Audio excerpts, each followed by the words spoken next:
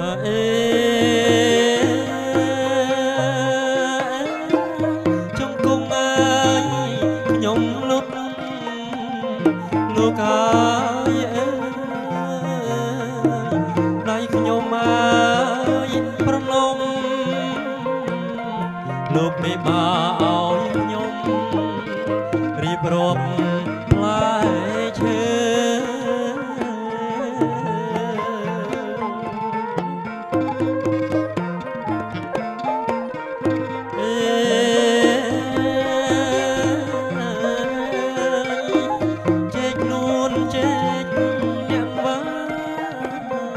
លោកអើយ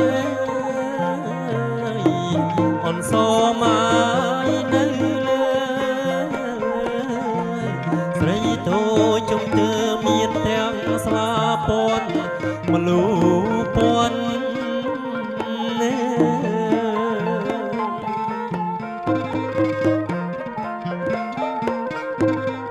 អេក្រូចក៏ទុំផុតល្មុតល្មាអូនអើយអូនសារីជេញយាយពងមន់រៀបដាក់គ្រប់ក្រនជូនលោកមេបា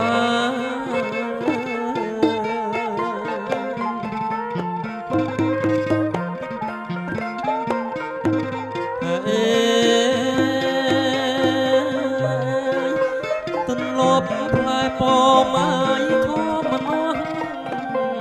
លោកអើយល្មុតល្មាសេនាផ្លែលៀងស្រកា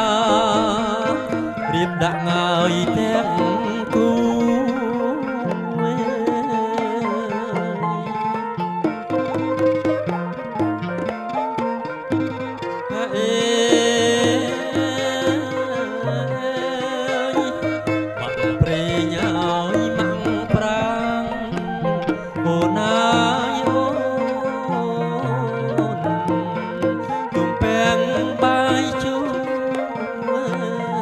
មានផ្លែជម្ពូពណ៌ស្រស់ថ្មីថ្មី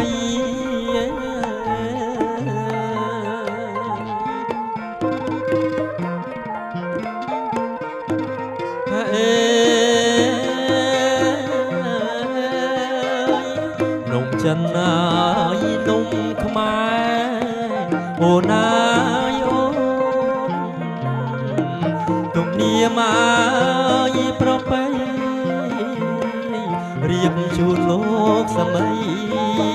ពិតពិលរមើលមើលចុះ